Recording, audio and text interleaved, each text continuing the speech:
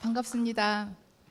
자, 방금 소개받은 저는 이화여고 영어 교사이면서 EBS 영어 영역 강의하고 있는 윤현주입니다. 강의를 시작한 거는 생각해보니까 2000년부터 시작을 했더라고요. 그래서 멋모르고 시작한 게 거의 20년 가까이 되어 가는데 제 기억에 이렇게 많은 사람들 앞에서 입시 설명을 시작했었던 때는 2010년 한 초반이었던 것 같아요. 그때 부모님께 이렇게 인사 말씀을 드리면서 저는 아들이 하나 있는데 이제 7살밖에 안 돼서 언제 키우나 걱정입니다 라고 했는데 걔가 벌써 중3이에요. 중3이 되다 보니까 그러니까 교직 경력도 이제 20년이 넘어가면서 아이들 가리키고 뭐 이런 거는 늘 하던 거에서 조금씩 더 나아진다 하면서 자부심도 가지게 되면서 또 하나 느끼게 되는 거는 이제 내가 학부모로서 우리 아이를 직접 기르고 아이가 커가는 걸 보니까 제가 나이가 들면서 더 느끼고 감사하게 되는 거, 배우게 되는 거는 우리 부모님들 정말 대단하시다. 어떻게 하면 이게 고등학생이 되도록 여기까지 끌고 왔을까. 아이들만 보이던 것이 이제는 부모님이 보이기 시작하더라고요. 그래서 오늘도 아니나 다를까 보니까 부모님들께서 많이 자리를 해주셨는데 저희 학교도 다다음 주가 시험이라서 아마 부모님들이 오셨을 때 분명히 이 시간이 아깝지 않을 수 있는 또 제가 꼭 드리고 싶은 당부 말씀과 메시지들을 전해드리도록 할 테니까요. 대신에 부모님들도 강의 돌아가시면서 참 괜찮은 강의였다라고 한다면 딱 한 10초만 저를 위해서 생각을 해주세요. 아드님 고등학교 가서 잘 할 수 있을 테니까 응원하겠습니다 라고 해주시면 참 좋을 것 같아요. 저는 늘 대학만 바라보다가 고등학교 가기가 이렇게 힘든 줄 처음 알았어요. 뭐 이렇게 종류가 많아요? 저 학교 가던데 생각해가지고 그냥 아무 데나 보내주는 대로 가면 되는 줄 알았는데 무슨 종류도 많고 전형도 많고 시기도 다 다르고 근데 또 그걸 겨우 겪어서 왔는데 어머님들 최선의 선택하신 것 같아요. 이 고등학교를 정말 잘한 것 같다. 내가 그렇게 고심고심했는데 진짜 최고의 선택이었다. 라기보다는 와서는 결국엔 또 아이가 어떻게 하느냐에 따라서 또 새로운 고민이 시작되는 것처럼요. 이 또한 대학 갈 때까지 전쟁 아닌 전쟁이 치러지겠지만 지나고 나면 또 그 여정에서 우리 아이를 잘 알게 되고 또 그 아이가 20대가 되고 30대가 되었을 때 거치는 한 과정, 그 과정에서 저는요. 무슨 대학을 가서 무슨 학과를 졸업했다라는 것보다 그 시기에 우리 가족이 더 단단해지고 우리 자식을 더 사랑할 수 있고 우리 자식은 부모를 더 공경하고 부모의 사랑을 느낄 수 있는 특별한 시간이 되었으면 좋겠습니다. 저한테 한 30-40분 시간이 주어졌는데요. 저는 이제 어떻게 학습을 하면 좋을까 있어서 제가 자신 있게 하는 거는 영어 공부인데 아시겠지만 공부는 어떤 과목이든지 하나에 통달하면 거의 비슷하게 적용할 수 있으니까 대표로 영어에 있어서 이런 학습 과정을 가져가면 다른 과목에도 도움이 되겠다 응용하시면 좋겠고 또 이렇게 혼란할 시기에는 너무 정보가 많아서 좌충우돌할 때가 있어요. 그랬을 때는 가까이에서 공신력을 가지고 믿을 수 있는 EBS I에서는 또 우리가 어떤 정보들을 그때그때 활용할 수 있을까 하는 것도 가이드를 드리면 나 혼자 외딴 섬에서 혼자 고군분투하는 게 아니라 어디선가 쉽게 도움을 얻을 수 있구나, 도움이 되지 않을까 싶습니다. 그래서 저는 한 대략 5가지 준비해 봤는데요. 학생들이 있다면 나는 왜 공부를 하는가에 대한 출발에서부터 어떻게 공부할 건가까지 가셨으면 좋겠고 그리고 이제 주로는 오늘 1, 2학년 중에서도 우리 2학년 친구들이 답답할 거예요. 저도 지금 2학년 문과반 담임을 하고 있는데 속 터지죠. 이제 1년하고도 한 달만 있으면 수험생으로 수능을 맞이해야 되는데 아직까지 잘 모르는 것 같아요. 여전히 애기인 것 같기도 하고 그래서 미리 수험생으로서의 일정을 한번 보게 되면 또 마음의 각오가 달라지지 않을까. 그 다음에 구체적인 학습 방법과 EBS를 어떻게 활용하면 좋을지 그리고 오늘 또 꼭 전해드리고 싶은 다른 어떤 입시 설명회 가도 이 얘기는 없을 거예요. 입시에 있어서 부모의 역할이 굉장히 중요합니다. 근데 뭐 흔히 들으면 무슨 뭐 돼지 엄마도 있고 뭐 그거 말고요. 정말 힘들기 때문에 우리가 놓쳤던 부모로서 한 번쯤 생각해야 되는 게 이런 게 아닌가 하는 시간까지 간략하게 정리하도록 하겠습니다. 저는 항상 입시 설명회 가면요. 나는 왜 공부하는가를 학생들 생각해 보게. 왜냐면요. 저 학교 다닐 때 체육을 참 못했어요. 특히 달리기 이런 거는 어머님들 체력장 하신 세대 아니세요? 저 보니까 이제 학부형들이 거의 70년대에 왔다 갔다 하시던데 그쵸? 그 저도 이렇게 학부모 면담하다 보면 옛날에는 다 어르신이었는데 이제 이게 동년배쯤 돼서 자 유재석과 동갑이다. 장동건과 동갑이다. 아유, 제가 그 연령대거든요. 그때 보면 체력장 이런 거 하면 달리기 뭐 뭔 일이 있어도 못할 것 같은데요. 그래서 뭐 100m 한 20초 훨씬 넘어가는 건 당연했었고, 근데 대학에 붙어서 합격 소식을 들었어요.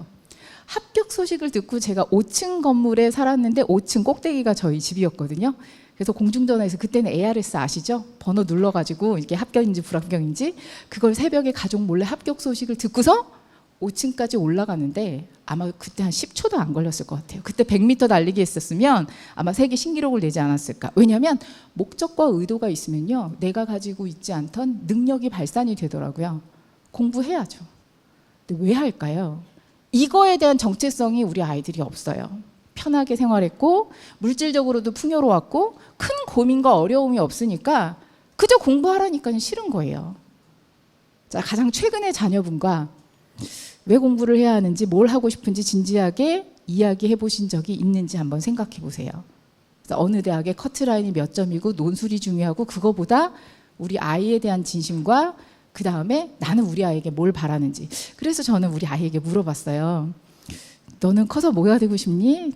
건물주요. 어제 들은 건 있어가지고 꼭 참았죠. 그래서 중3 남자애니까 그래서 건물주 왜? 했더니 큰 건물 있으면 돈도 벌고 뭐 쉽게 내가 하고 싶은 것도 하고. 그렇구나. 꼭 참고. 그럼 그 건물은 어떻게 살래? 돈을 많이 벌어야지.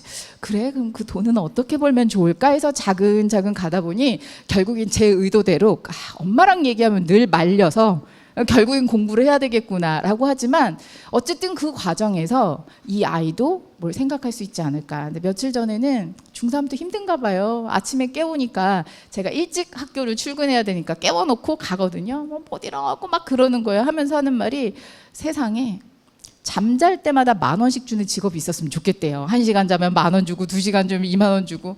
한 번도 참았죠. 찾아봐. 한 10달 안에 한번 찾아봐서 있으면 그거 해. 그리고 같이 하자. 나도 그러고 살았으면 좋겠다라고 했는데 어쨌든 무언가 생각하고 내가 왜 공부를 하는지. 그래서 해마다 아이들은 어떤 생각을 가지고 공부했나. 동력이 있는 아이들은 열심히 하더라고요. 제가 아는 어떤 친구는 가정 형편이 힘들어요. 그래서 자기가 공부해서 자수성가하지 않으면 미래가 없는 것 같아서 선생님 저 공부 열심히 해야 돼요 라고 해서 진짜 독한 마음으로 하더라고요.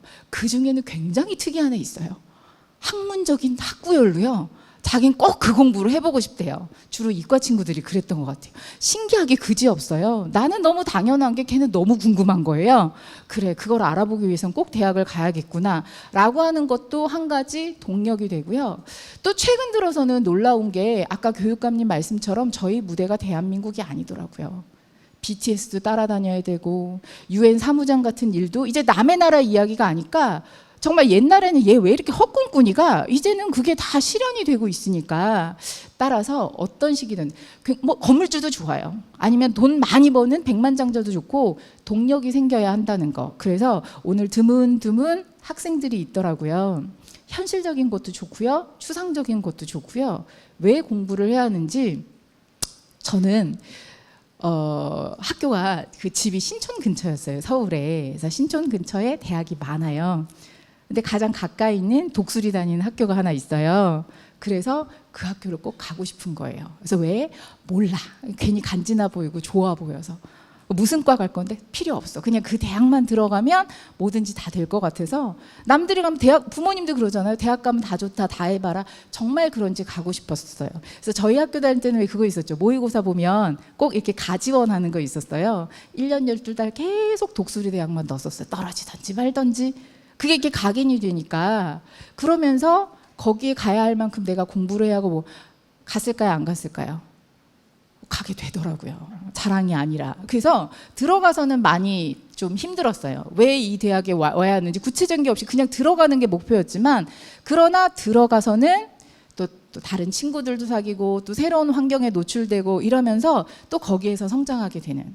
따라서 자, 학생들은요. 내가 왜 공부를 하지에 대해서 한 번만 더 생각해보고 우리 부모님들도 아우 다기 따님은 왜 이렇게 열심히 하는데 뭐 하고 싶대요? 라고 했을 때 우리 아이의 입장에서 우리 애는 이걸 참 좋아해요. 뭔 대학을 갈지 모르겠지만 앞으로 이런 거에서 하고 싶다고 하는데 저 그거 밀어주고 싶어요. 라고 해서 적어도 우리 자녀에 대해서는 좀 잘 알고 있어야 되지 않을까. 일단 어느 정도 스스로에 대한 목표가 생기게 되면요. 이제 그 다음에 현실적으로 이런 얘기. 자, 그렇다면 어쨌든 우리는 이제 뭘 하고 싶던지 간에 대학이라는 진학이라는 문턱을 넘어야 되니까 크게는 수시냐 정시냐에 대해서 좀 고민을 하게 됐죠. 그러니까 수시면 학교의 내신과 여러 가지 활동, 정시다라고 하면 일단 수능에 올인을 해서 수능에서 좀 좋은 성적을 따야 하는 거기에 관련해서 특히 2학년 2학기쯤이면 어느 정도 윤곽이 나와요. 지금 당장은 말고요. 중간고사 끝나고 나면 자, 3개 학기의 성적과 2학년 2학기의 절반의 성적이 나오니까 거의 윤곽이 나와요. 그랬을 때 이제 가족회의를 해야죠. 가족회의를 할 때도 성적 말고 그래서 네가 이걸 원한다고 했는데 너의 꿈은 이거였는데 근데 지금 이 정도면 우리 뭔가 현실적으로 둘 중에 하나에 대해서 좀 목표를 이제 좀 명확하게 해야 되지 않을까. 자, 수시와 정시에 대한 고민에다가 두 번째는 그렇다면 내신을 좀 더 우월하게 해야 되나 아니면 저 수능에 대해서 좀 더 준비를 해야 되나. 자, 저는 지금 2학년 2학기 중반이면요. 뭐 1학년은 아직 말할 필요도 없이 그래도 아직은 내신에 있어서 좀 열심히 꾸준히 지금 현재로서는 모든 걸 다 집어치우고 수능에 올인한다라기보다는 내신에 있어서 다가올 이번 중간고사 다음 기말고사 왜냐면요 국영수는 내신 공부가 수능 공부랑 거의 동일해요. 물론 내신은 수행평가나 주관식이 많긴 하지만 그 공부의 습관과 내용은 거의 별개가 아니기 때문에 예를 들어서 우리 딸은 아무래도 정시인데 야 너 학교 시험 때려치고 그냥 정시만 하자라고 해서 헝클어진 학습 태도는요 겨울방학에 돼서 다시 돌아오지 않아요. 그래서 적어도 2학년 2학기 때는요 내신이든 수능이든 약간의 뭐 마음의 차이는 있겠지만 일단 궁뎅이 붙이고 앉아서 2-3시간 동안 집중하는 훈련. 그리고 나면 2학기 기말고사 끝나고 나서 방학이 되어서 엄마 나는 조금 이런 진로를 좀 더 깊이 있게 생각해 봐야겠어 라고 했을 땐 어쨌든 학업적인 능력이나 인내력이나 지구력, 집중력 이런 거는 어느 정도 완성되어 있기 때문에 그렇다면 방향이 좀 달라진다 하더라도 큰 문제가 없을 거예요. 따라서 첫 번째 과제는 우리 아이가 내가 왜 이렇게 열심히 해야 되고 바라는 바가 무엇일까? 자, 그랬을 때 이제 3학년이 됐다라고 하면 막연히 어떤 일정으로 가나 궁금하실 거예요. 그러면 이제 아무래도 수능 전후를 해서 수시든 이제 정시든 결판이 나게 될 테니까 수능을 기준으로 해보면 저 내신은 학교에서 이제 시험 보는 거니까 전체 수능의 일정을 한번 봐보면 11월에 이제 대수능을 딱 봐요. 그게 이제 실질적인 모의고사, 이제 진짜 모의고사를 보는 거잖아요. 한 번으로 끝나기에는 좀 겁이 나니까 연습을 해야 되겠죠. 그래서 9월에 연습으로 한번 봐요. 그리고 1학기 때도 한번 봐서 6월에도 한번 연습. 3, 4월, 뭐 7월 이런 데도 보던데 그거는 교육청에서 주관하는 거고요. 요 3가지는 수능을 주관하는 한국교육과정평가원에서 실제로 문제를 내고 채점을 해서 데이터를 뽑는 거라서 가장 기준이 되는. 그래서 1학기 때 6월에 딱 봤을 때 나는 수능이 요 정도 수준이 되는구나. 그러면 저 때가요 3학년 1학기 거의 내신 성적도 조금 윤곽이 굳어지거든요. 저걸 중심으로 해서 나는 수시가 더 좋을지 정시가 더 좋을지 저게 하나의 판단 기준이 되더라고요. 그리고 이제 9월에 가면 여기 여름방학 동안 열심히 나고서 이제 9월에 시험을 보고 났을 때는 이제 과연 원서를 쓸 때 나는 예상이 어느 정도 되니까 어느 대학을 좀 예상을 해서 쓰면 좋겠구나 하는 또 그 길잡이가 될 수도 있고 이 큰 3번의 시험 사이사이에 중간고사, 기말고사, 중간고사, 기말고사 그러면 드디어 3학년의 일정이 끝나는 거예요. 그래서 여러분 머릿속에는 우리 아이가 3학년이 되었을 때 학교 중간 기말고사는 이제 1, 2학년 때 익숙해져서 아니까 일단 첫 고비가 6월 모의평가 때 아이가 큰 연습을 한번 해보고 큰 방향을 잡고 9월 모의고사 후에 최종적으로 수능까지 가는구나. 그랬을 때요. 많이 들어보셨을 거예요. EBS 연계 교재가 있다던데 맞아요. 지금 현 2학년까지는 EBS 교재가 70%가 연계가 되거든요. 그러니까 70%를 거기 내용을 참고를 해서 활용을 해서 뭐 도표 같은 걸 응용해서 문제를 낸다고 하니까 반드시 그거는 참고해서 충분히 소화를 해야 되겠죠. 그래서 6월 모의평가 때까지는 그 유명한 수능 특강 교재들이 시험 범위가 되는 거예요. 저기에서 70%를 쫙 활용을 하는 거예요. 자, 그러고 나면 9월 모의평가 때는 책이 한 권 더 들어오는데 그때는 수능 완성이라는 시리즈가 쫙 들어와요. 그래서 크게 연계 교재가 뭐예요 하면 EBS 책이 되게 많지만 수능에 직접 연계되는 거는 수능 특강 1학기 때, 그 다음에 여름방학 때부터 해서는 수능 완성 요 두 시리즈구나. 그럼 그 다음엔 뭐 나와요? 또 나오면 애들 머리 터져요. 그래서 그 다음에는 지금까지 했던 거 쭉 다시 복습하고 교과서도 다시 복습하고 연계 교재도 다시 보고 이제 최종 마무리를 하게 되더라고요. 그랬을 때 왜 연계 교재가 2학년 학생들까지는 여전히 중요한가 보면요. 영어를 봐볼게요. 평가원에서 출제한 시험 영어 45문제를 쭉 훑어봤을 때 1번부터 17번까지가 듣기평가예요. 자, 우리 온 학생들 듣기평가가 100점 만점에 37점 만점입니다. 어마어마한 거예요. 이건 절대로 틀리면 등급이 뚝뚝 떨어지는 거라서 듣기는 다 잘해야 되는데 보세요. 1번부터 15번까지가 옆에 있는 수능 특강, 수능 완성 모조리 연계 교재의 대화를 참고로 해서 출제를 하고 있어요. 16, 17번은 조금 문제가 유형이 독특해서 그거 빼고, 그러니까 거의 듣기 평가는 야, 이거 수능 특강 듣기 교재만 열심히 훈련을 하더라도 충분하구나. 희한하게요. 이렇게 조금 지방 쪽에 가면 듣기를 애들이 불편해하는 친구들이 많아요. 근데 이 방법을 알고 있으면, 이 출제의 범위를 알고 있으면 그 한 녀석만 꾸준히 반복해서 연습한다, 듣기에서는 문제가 안 되거든요. 그래서 특히 영어 같은 경우는 왜 연계 교재가 중요하냐? 듣기 교재에서 거의 대부분의 듣기가 나오니까 딴 데 가서 고생하거나 뭐 특별히 시간 들이고 돈 들이고 그렇게 애쓸 필요는 없을 것 같아요. 여기 있는 것만. 그러면 독해 파트 한번 가볼게요. 독해가 18번부터 45번까지인데요. 쭉 보세요. 저게 연계 교재의 지문을 바탕으로 해서 나오는 거예요.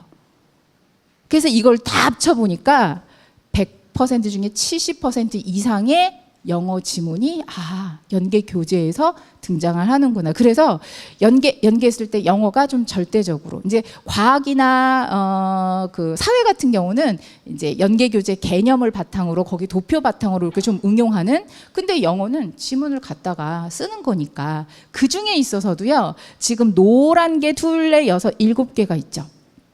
여기서 이해를 해야 되는 게 위에 있는 문제들은요. EBS 교재의 내용을 가지고서 살짝 응용을 해서 문제를 해요. 근데 저 위에 있는 유형들은 어차피 쉬워요. 우리 2학년 친구들 알죠? 뭐 도표니 뭐 아니면 실용문이 이거는 뭐 연계하던 안 하던 되게 쉬운 유형이라서. 근데 골치 아픈 게 어법, 어휘, 빈칸이 되게 어려운 거거든요. 근데 그거를 EBS 지문을 그대로 갖고 와서 살짝 바꿔 문제만 바꾸는 거예요. 내신 시험처럼. 그러니까 우리 아이가 영어가 좀 힘들고 하지만 특히 연계 교재에 있는 지문을 가지고 충분히 훈련을 했을 때 그 수준에다가 심지어는 저렇게 어려운 유형에는 지문도 똑같이 갖다 쓰고 하니까 거기다가 영어는 절대평가고 하니까 그 안에서 학습 부담을 줄여서 학습의 범위가 생기게 되니까 이제 공부하는 데 있어서도 조금 수월하지 않을까. 제가 하나 예를 들어볼게요. 연계 교재에서 아이들이 이런 거 읽어요. 되게 멋있어 보이죠, 그렇죠? 아버님 한번 도전을 해보시려나? 되게 어려워요. 근데 이거를 1분 30초 안에 풀고 어법도 막 파악해야 되고, 그러니까 얼마나 아이들이 훈련하는지 몰라요. 그러니까 너무 공부 안 한다고 그러니까 구박만 하지 마시고 해보셔서 아시잖아요. 애 앉혀놓고서 이거 막 2시간, 3시간 하라고 그러면 저희 연령에는 벌써 토 나오거든요. 애들이 젊으니까 참지. 그러니까 때로는 힘들어서 살짝 바람 쐬고 좀 멍 때리고 있고 그럴 때도 조금은 참아줍시다. 어차피 기계는 아닌데. 어쨌든 이 아이가 이걸 가지고 열심히 하면서 어법 문제도 풀고 이 정도 수준으로 내가 수능을 준비를 하면 되겠구나. 이제 연습이 됐어요. 자, 그리고 나서 평가원에서 내는 시험을 이제 딱 봤어요. 첫 번째 문장은 아시죠? Here's an interesting thought. 까지는 아시죠? 여기 재미있는 생각이 있어요. 맨 마지막에 보세요. Alaska's glaciers none까지는 아시겠죠? 그리고 나서 평가원 시험을 딱 봤더니요. 다음 글에서 none이 의미하는 바로 가장 적절한 것은 문제 유형은 바뀌었죠. 근데 첫 번째 문장 보셨죠? Here is an interesting thought. 그쵸? 마지막에 제일 끝에 glaciers, none. 딱 이렇게요. 심지어는 밑에 있는 별표 보세요. 철벅철벅 뛰다 저거 어려운 단어라서 별표도 주는데요. 실제로 평가원 시험 갔더니 야, devastate 저 단어도 어려울 거야. 이것도 우리 단어 힌트 주자. 오히려 설명은 더 많이 주면서 그러니까 지문은 똑같은데 문제만 바꾼 거예요. 아, 그러니까 연계교재 하는 게 그렇구나. 솔직히 3학년 때는 교과서만 가지고 하는 거는 좀 불안하고 문제를 많이 풀게 될 때 그런 의미에서 아, 연계교재가 되는구나. 1학년은 조금 달라요. 1학년부터는 EBS 연계가 한 50% 정도 됩니다라고 했는데 아직 명확하게 발표된 건 아니고 어쨌든 1, 2학년은 조금 차이가 있는 걸 아시니까 지금 2학년 친구들은 학습하는 데 있어서 3학년하고 별반 차이가 없구나. 그럼 이걸 어떻게 쫓아갈 것이냐? 그 무조건 EBS만 아니냐? 아니죠. 기본적으로 이제 영어에 대한 혹은 과학에 대한 사회에 대한 기본적인 힘은 있어야죠. 그렇죠? 그래서 기본적인 베이스가 깔려있다라고 하면 그 다음에 문제풀이를 하는 거고 그래서 아까 수능 한두 달 전에 나오면 최종 점검하면서 실전으로 시간 채가면서 문제 풀면서 그랬을 때 지금 가장 시급한 게 개념 확립이라는 걸 늦어도 겨울 방학 때까지는 맞춰야 되고 그런 우왕좌왕을 여러분들을 위해서 EBS에서 기말고사 딱 끝나자마자 아이들이 방황하지 않고 바로 몰입할 수 있도록 개념 특강이라는 시리즈가 쫙 나와요. 특히 뭐 돈 낼 필요 없고 교재는 사야겠지만 딱 한 2, 30강 강의 정도 수능 특강 들어가기 전에 야 영어는 이건 꼭 알아야 돼. 특히 너 윤리와 사상 할 거야? 그럼 이 정도는 알아야 문제 풀 수 있어라고 해서 딱 준비하고 있거든요. 제가 알기로는 조금 일찍 11월쯤에 오픈한다라고 했는데 11월에는 이미 우리 기말고사 때문에 바빠요. 그리고 2학년의 봉사활동이나 뭐 여러 가지 마무리를 해야 하는 학교 활동들이 많기 때문에 기말고사 끝나고 방학에 한두 달 정도 이건 꼭 필요하지 않을까. 예를 들면 자, 영어다라고 했을 때 영어에 있어서 개념이 뭐냐면 어휘, 어법, 구문 이런 거거든요. 어휘 같은 경우에는요 좀 고급 어휘들을 그래서 지금 현재 우리 수능을 풀기 위해서 한 2,000단어 정도 필요해요. 이거 2,000단어 마음 먹고 외우면요 한두 달이면 할 수 있는데 그거를 마음 먹었다가 말았다가 마음 먹었다가 말았다가 이러니까 근 2년을 질질 끌고 있는 거예요. 근데 지금부터라도 겨울방학 할 때까지 어떤 단어라도 좋으니까 고등학교 수준에 있는 한 2,000단어 내외 정도 어법이나 구문 같은 건 인터넷 강의나 좀 필요할 것 같아요. 인터넷 강의의 좋은 점은 언제 불러도 예쁜 선생님이 나와서 여러 번 물어봐도 똑같은 속도로 반복을 해주고 그렇죠? 24시간 풀가동이니까 그래서 가장 간단한 어법이나 구문 단어 강의 같은 건요 한 10강 20강 쫙 훑고 나면 기본 베이스가 깔리니까 혼자 하긴 힘들어서 이거를 겨울방학까지는 좀 마무리할 수 있지 않을까. 그리고 나면 이제 독해는 아마 학교 시험 때문에도 매일 읽고 있어요. 그래서 특히 국어하고 영어는요. 가랑비에 옷 젖듯이 매일 10분이라도 좋으니 저 매일 한 지문. 영어 할 때 국어도 하나씩 하면 돼요. 국어도 매일 하나, 영어도 매일 하나. 그게 쌓였을 때 아시잖아요, 어머님. 남은 거 매일 한 숟가락씩 더 먹다 보니까 이렇게 됐잖아요. 그렇죠? 그것처럼 매일 한 지문 한 지문 이게 참 쉬운 일은 아니지만 이게 주는 파워가 대단한데 듣기는 따로 말씀드리지 않아도요. 아, EBS 연계율이 높으니 내가 그것만 규칙적으로 공부하면 되겠구나. 근데 선생님 저 아직 1, 2학년인데 수능 특강은 좀 그런데요. 그래서 우리 1, 2학년들을 위해서 수능 특강하고 똑같은 구성을 가지고 있는 근데 수준은 조금 낮췄어요. 1, 2학년용이니까. 그래서 수능 특강 라이트라는 게 있어요. 그러면 아, 교재가 이렇게 구성되어 있고 이렇게 가니까 왜요? 이렇게 좀 워밍업을 해본 친구는 막상 본 게임에 가서도 좀 편안하게 할 수 있으니까 그래서 수능 특강 라이트 시리즈도 괜찮을 것 같고 영어 같은 경우에는 오랜 공을 들여서요 잉글리시 파워 시리즈가 있어요. 독해 파워, 뭐 듣기 파워, 어휘 파워 너무 파워가 많아서 헷갈리긴 한데 다 보나든 본인이 필요한 한두 가지 정도는 활용하는 것도 괜찮겠구나라고 해서요. 그래서 굳이 영어뿐만이 아니라 이러한 스케줄로 가고 연계 교재가 이런 의미를 갖고 있다고 하는데 특히 오늘 만났던 영어 선생님이 그렇게 얘기를 하는데 게다가 영어는 90점만 넘으면 그렇죠? 90점만 넘으면 100점인 친구랑 거의 비슷한 그럼 똑같은 1등급으로 끝나는 거니까 야 우리 아이가 남아있는 기간 동안 이 정도의 스케줄에 90점 이상은 충분히 가능하지 않을까? 충분히 가능해요. 그래서 절대평가 저도 처음에는 두려워했는데 현장에서 보니까 아이들 입장에서 보면 저는 괜찮은 것 같아요. 왜냐하면 절대평가 전에는요. 국어처럼 쉬우면은 100점인데 또 1등급이 하나 틀려도 2등급 되고 막 그랬거든요. 근데 쉬운데 절대평가가 되면 좀 어려운 문제 한두 문제는 틀려도 상관이 없더라고요. 어려운 문제 한 3개 정도까지는 틀려도 그러니까 아이들이 숨을 쉴 수 있는 거예요. 되게 안타까운 게 어쩔 수 없는 룰이니까 국어 수학 끝나고 나면 우리 친구들 알죠? 내 점수가 중요한 게 아니라 누구?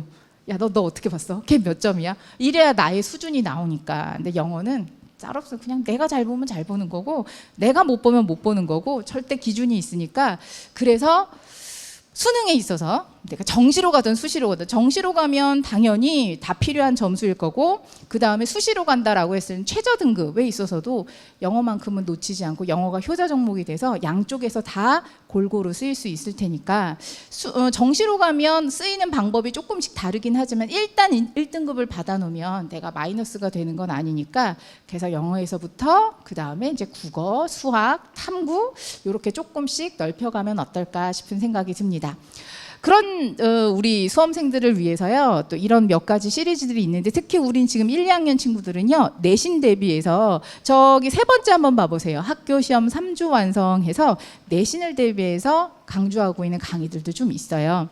특히 우리 친구들 9월 모의평가 봤었죠. 2학년 친구들 영어 같은 경우 그게 내신 시험에 들어가는 경우도 많거든요. 그래서 선생님들이 학교 교사의 눈으로 야 내신에 출제될 땐 이렇게 변형 문제 나온다라고 해서 학교 시험 대비해서 변형 특강까지도 다 준비하고 있어서 내신 강좌도 꽤 많아요. 그리고 수능 관련해 있어서는 당연히 저는 수능 개념 강추드립니다. 아까 연계교재 본격적으로 하기 전에 괜히 여기저기 가서 하지 말고요. 학교에서 선생님들이 이렇게 모아서 한꺼번에 하긴 좀 솔직히 쉽지 않아요. 저도 학교에 있지만. 왜냐하면 학교 교재와 진도가 있으니까. 근데 그 틈새에서 한 1, 20강, 2, 30강 딱 압축해서 야, 이 정도는 알아야 돼 라고 해서 각 과목에 제시하고 있는 거 한두 과목 정도만 내 것으로 만들어도 겨울방학 때 훨씬 수월하게 시작할 수 있을 테니까 특히 수능 개념 나머지들도 활용해 보시고 EBS는 맨날 나와서 강의만 하는 줄 알았지 이런 입시 설명이 있는 거 잘 모르셨죠? 저는 EBS 입시 설명회가 최고일 것 같아요. 왜냐하면 막 이렇게 경쟁적인 보다 왠지 돌아갔을 때는 희망과 따뜻한 꿈을 가질 수 있는 그런 입시 설명회가 아닌가 싶은데 보시면요 빠진 거 하나도 없어요. 저렇게 세세하게 많이 커리큘럼을 가지고 있는 거 학교에서도 좀 힘들고요. 일반 사기업에서 갖는다 하면 거기에 대한 경제적인 부담도 굉장히 클 거고 그래서 학생부 전형도요. 저기 처음에 보시면 전형이 뭐예요? 요건 1학년들 친구 들으면 좋고요. 근데 마지막에 가서 기출이나 실전 같은 경우 우리 2, 3학년 친구들이 클릭해서 들을 수 있는 심지어는 논술도 한번 봐보세요. 1, 2학년들이 논술이 뭐야? 논술의 개념에 대한 강좌도 되게 좋은 게 많이 탑재되어 있는데 잘 모르더라고요. 그래서 본격적으로 논술을 쓰라는 게 아니라 아 이런 게 논술이야. 난 안 되겠다. 빨리 포기해도 되고 이거 할 만한데 앞으로 내가 1, 2년 여유가 있으니까 엄마 이거 괜찮을 것 같은데요. 근데 저기 적성은 계속해서 조금 줄어들고 있으니까 그런 트렌드는 보셔서 이번에도 저희 학교에서 3군 사관학교에 시험을 준비하는데 어디 가서 뭘 해야 될지 정말 소스가 적더라고요. 그랬을 때 경찰대학이나 사관학교 기출특강 같은 거는 굉장히 유용한 도움이 되는 것 같아서 한번 들어와서 이렇게 클릭해서 보시면 맨날 이제 복잡한 뉴스 막 이런 거 보는 것보다 또 한두 가지는 아이들에게 도움이 될 수 있는 것도 있지 않을까 싶은 생각이 듭니다. 그리고 대입 상담실이라는 코너도 있어서 위에요 EBS 딱 들어가셔서 EBS 그 입시 학습 정보 요 아이콘이 있거든요. 이제 클릭해서 가보면 심지어 여기 해당하는 선생님이 그러더라고요. 우리 아이 내신 이렇습니다. 어떻게 하면 좋을까요? 또 괜찮대요. 올리면 그럴 거예요. 답변 선생님이 배정이 돼서 가급적 18시간 내에 답을 올릴 수 있도록 하고 계신대요. 한번 해보세요. 정말 그런지 안 그런지. 19시간이던데요. 그러면 또 불만사항을 올려주시면 또 어떻게 또 뭐라고 수정을 해주시거나 또 답이 있지 않으실까 한번 해보세요. 그래서 실제로 운영하시는 분들이 어떤 거라도 주니까 이 아이에 대해서 그래서 항상 대학 갈 때 어디 가면 그렇지 않아요? 맨날 대학 입시 설명 가도 막 스카이만 설명하고 우리 애는 그거 말고 딴 데도 알고 싶은데 우리 아이에 대한 설명 어떤 가이드가 필요한 데는 한번 참고해 보는 것도 괜찮을 수 있을 것 같습니다. 그런 보물상자가 된다는 거 한번 오늘 주말에는요 그러니까 부모님들께서 한번 클릭하면서 좋은 거 있으면 아이들과 공유할 수도 있지 않을까. 마지막으로 저는 부모님께 말씀을 드리고 싶어요. 자, 수험생 부모로 살기라고 해서 한겨레 신문에서 나온 좀 몇 년 된 거긴 하지만 재밌더라고요. 같이 한번 볼까요? 이럴 때 우리 부모님 정말 싫다. 한번 상상해 보세요. 자, 그리고 이 중에 몇 가지가 해당이 되나 한번 반성해 봅시다. 그죠? 쭉 봤을 때 한 두세 가지 이상 해당된다고 반성하셔야 돼요. 저도 여기 많이 들어가더라고요. 그렇죠? 밑에서 셋째 줄은 저거는 역사를 자랑하는 것 같아요. 늘 그쵸 동서고금을 막론하고 딱 공부하려고 하는데 엄마가 딴소리 뭐 잔소리 하더라 뭐 이런 거. 저기 다섯 번째는 도시락 반찬 서운하게 해주실 때 요건 조금 오래된 학생인 것 같은데 이럴 때 싫대요. 아 그리고 넷째 번째 보세요. 꿈이 뭐냐? 이렇게 접근하시면 안 돼요. 야 너 꿈이 뭐야? 이건 싸우자는 얘기죠. 그거보단 조금 더 좁게 그쵸? 조금 더 그러니까 우리도 고민해야 될 것 같아요. 어느 대학을 보낼 거가 아니라 우리 아이의 마음을 어떻게 해서 어디를 건드려서 어디에서 이렇게 톡하고 건드려서 문을 열게 만들 것인가. 그러면 이럴 때는 좋다. 자, 요거는 사진 찍으셔야겠네요. 그렇죠? 쭉 한번 봐봅시다. 정말 아씨 정말 그렇죠? 뭐 이거 그렇죠? 밑에서 셋째 줄 인간 학습기 사주겠는데 이걸 또 딴 데로 쓰니까 그래서 그렇지. 자, 어머님 여기서 몇 가지 정도는 그래도 들어주실 수 있을 것 같아요? 몇 가지 최소한. 그쵸? 한 두세 가지는 해주실 수 있을 것 같아요. 왕처럼 저건 싫어요, 저도. 대신에 밑에 맨 마지막 들어는 줄 수 있잖아요. 그쵸? 아, 밑에서 다섯째 줄 보세요. 야자 끝나고 집에 올 때까지 자지 않고 기다려줄 때. 저희 엄마가 그러셨어요. 잠깐 개인적인 얘기를 하자면 6살 때 아빠가 돌아가셔서 엄마가 오빠 언니 저를 키우셨거든요. 완전 막둥이. 엄마가 41살에 저를 낳으셨으니까 그 당시에는 굉장히 드문. 고3인데 엄마는 벌써 뭐 거의 그쵸? 이제 환갑에 육박하는.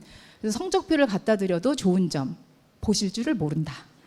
그쵸? 면담을 가도 뭐 이야기를 해도 어머님이 알아들을지 못하니까 그렇기 때문에 제가 책임이 컸던 것 같아요. 근데 우리 엄마가 항상 정말 365일 빼지 않고 해주셨던 게 저거였어요. 한 번은 제가 독서실에서 늦게 공부하고 터덜터덜 오는데 엄마가 거의 부시시한 얼굴로 그 5층 아파트에서 막 미친 듯이 문을 열고 막 나오시는 거예요. 나는 벌써 집에 도착했는데 그러면서 저를 보시고서는 막 매무새를 하면서 아우 미안해 내가 깜빡 잠이 들어서 그게 처음 유일한 하루였어요. 저를 반기지 않으신. 근데 그게 얼마나 감동이 깊은지 몰라요. 내가 우리 자식한테 못 해줄 것 같아요. 그러니까 아이들이 바라는 건 너 몇 등 했어? 어디 가고 엄마가 뭐 해줄까? 라기보다는 저런 걸 바라는구나 하니까 굉장히 가슴이 뭉클하더라고요. 그래서 저도 아침에 일찍 출근은 하지만 먹던 안 먹던 밥은 챙겨놓고 가요. 그러면 맛있는 반찬이면 먹고 그렇지 않을 때는 먹지 않을 때도 있지만 적어도 내 진심은 이렇다라는 건 전달해 줄 필요가 있을 것 같아서 그래서 우리 아이는 정말 정보에 능통한 정말 최고의 입시 그 컨설턴트인 부모님이 아니라 애들이 바라는 건 정말 별거 아니구나. 이렇게 하면 부모로서 사는 거 좀 만만하지 않아요? 힘들지 않을 것 같은데 특히 우리 아버님도 몇 가지만 챙겨놓으시면 한두 가지로 인해서도 아이들한테 인정받을 것 같아요. 설문조사도 되게 재밌게 하지 않았어요? 그래서 다음 중 수험생이 가장 듣기 싫은 말로 옳은 것을 고르시오. 1등은요. 공부 많이 했니? 하지 말라는 소리예요. 그러니까. 그다음에 어디 지원할 거니? 야 누구는 어디 붙었대더라. 또는 이거 야 못 봐도 돼. 까지는 좋은데 재수하면 되지 뭐. 이거 아이들 2번 중 그 다음에 이것도요. 야 하고 싶은 거 다 대학 가서 하면 돼. 근데 대학이 그런 천국은 아니더라고요. 또 다른 세상인 거지. 그러니까 이런 식으로 저희 아이들 현혹시키지는 맙시다. 결국 내후년에 그 다 화살이 돼서 돌아올 거니까. 나 마지막으로는 이것도 싫대요. 저희 학생들한테 물어봤거든, 저희 반한테. 그랬더니 너 믿어. 너는 할 수 있어. 너무 싫대요. 그래서 아니 그랬더니 믿지 말고 그냥 현금으로 주시던가. 맨 끝에 보세요. 자꾸 더 힘들게 하지 마세요. 나중에 있더라 줄 거면 그냥 먹을 거나 주세요. 믿음 같은 거 주지 마시고. 그러면 아이들이 힘이 되는 응원이 뭘까? 1등이 충격적이죠. 적당한 무관심. 그러니까 아이들은 너무 많은 관심으로 인해서 너무 스트레스가 많다는 거예요. 그러니까 2번 할 거는 1번 해도 아이들의 사랑과 아이들의 어떤 지지를 얻을 수가 있겠구나. 그 다음에 초콜릿 간식 주세요. 힘내라는, 그쵸. 편지 한번 써보세요. 저희 아들한테도 초등학교 6학년 때 생일 때 한번 써주고 그 다음부터 쑥스러워서 안 써본 것 같아요. 그래서 이번 겨울이 되기 전에 쑥스럽지만 편지 같은 거 한번 써보려고요. 이렇게 잘 자라줘서 고맙다라든가 뭐 한번 하려고 하는데 그것도 용기가 필요한 거 보면 이때가 기회다. 적절할 때를 생각하셔서 편지글도 괜찮을 것 같아요. 맛있는 식사 한 끼, 그리고 좋아하는 연예인의 영상이나 음악. 저걸 듣고 저도 되게 노력을 해서, 우리 아이가 농구 되게 좋아하거든요. 제가 NBA 웬만한 농구 선수는 다 꿰고 있잖아요. 마이클 조던 말고요. 최고의 요즘 선수가 누구게요? 아버님들 모르세요? 르브론 제임스, 커리? 그부터 카이리, 무슨 안테토쿤보. 제가 왜 그들의 이름을 외우고 있을까요? 애가 좋아하니까. 심지어 요즘 제가 제일 애창하는 노래의 장르는 힙합입니다. 어쩔 수가 없어요. 왜? 공유를 하려고 하니까. 그래서 예를 들어서 우리 아이가 너무 좋아하는 가수의 신곡이 나왔다. 그거 딱 하나 다운해서 500원 줘서 주면 그게 주는 파급 효과는, 야, 이 학교가 되게 좋대더라, 이 학원이 좋대더라 라는 것보다 아마 20년, 30년 지났을 때 적어도 우리 엄마 아빠는 그런 분이야 라고 자부심을 느끼지 않을까 싶은 생각이 듭니다. 최근에 잘 나가는 손흥민 선수가 이런 얘기 했대요. 그들은 입만 열면 다 명언이긴 하지만, 제가 늘 잘하는지 모르겠지만 최선은 다합니다. 왜냐하면 옆에 있는 팬들과 가족들과, 저는 수험 생활도 마찬가지인 것 같아요. 혼자 하는 거 아니라 학교엔 선생님 계시고 집에는 부모님 계시고 나 있고, 적어도 함께하는 분들을 기억하면서 내가 더 열심히 하겠구나라고 깨달은 학생이면 걘 뭘 해도 할 거예요. 혹시 대학 가는데 시간이 걸리더라도요, 내 주변에서 이렇게 나를 응원해 주시는데 나는 그 성원에 보답을 해야지라고 하면, 대학은 좀 그렇다 하더라도 좋은 회사를 갈 수도 있을 거고, 회사가 좀 그렇다 하더라도 뭔가 그 분야에서 업적을 나타내는, 여러분 자녀는 어떤 자녀 원하세요? S대학 간 자녀요? 아니면 좋은 직업 갖는 자녀요? 아니면 좋은 배우자 만나는 자녀요? 저 같으면 행복하게 사는 자녀? 그래서 마음이 참 곱고 인성이 좋아서 내가 늙었을 때도 나를 따뜻하게 다독다독 해주고 나를 위로해 줄 수 있는, 내 인생에 있어서 반려자는 좀 그렇지만 이렇게 좀 의지가 될 수 있는 그런 정말 품성 좋은 아이다 라고 하려면 우리도 그렇게 먼저 접근을 해야 되지 않을까 싶은 생각이 듭니다. 그래서 2가지 과제를 드릴게요. 우리 학생들은 나 왜 공부해야 되지? 현실적인 이유라도 좋아요. 거기서부터 출발하셨으면 좋겠고, 우리 부모님들은요, 우리 아들 딸에게 내가 뭘로 한번 감동시켜 볼까? 1년 내내 내가 자지 않고 기다려 볼까? 아니면 그래, 너는 수능 공부 열심히 하라. 엄마는 떡을 썰게는 그러니까 엄마는 1년 동안 이거 한번 도전해 볼게. 누가 성공하나 해보자 라고 해서 어머님 아버님도 뭔가 바쁘게 살면서 성공하는 희열을 느끼게 된다라고 하면 아이들이 그걸 바라보면서 또 보고 배우는 게 있지 않을까. 그래서 나는 수험 생활 동안 우리 아이에게 어떤 감동을 전할 수 있는 그런 부모가 될까라는 걸 연구를 하시면 분명히요, 내년 1년이 지나고 났을 때 수능 후에 정말 뿔뿔이 등 돌리는 그런 가정이 아니라, 어떤 결과가 오던 모든 가족이 한 곳을 바라보고 진짜 꼭 손을 맞잡을 수 있는 그런 새로운 가정의 탄생이 되지 않을까 싶은 생각이 듭니다. 보세요. 어딜 가도 이런 메시지 전하는 입시 설명에는 없어요. 단 감동은 감동에서 끝나고 이제 우리 정재원 선생님이 정말 대단한 정보들을 다 받아 적으셔야 되고 이제 좀 이해도 하셔야 될 텐데 어느 정도 마음의 준비가 됐을 겁니다. 그러면 제가 드렸던 두 가지 과제 기억하시면서 이제 현실로 다시 돌아와서 어떤 전략으로 가면 좋을지 2부에서 또 열심히 경청해 주셨으면 좋겠습니다. 여러분 감사합니다.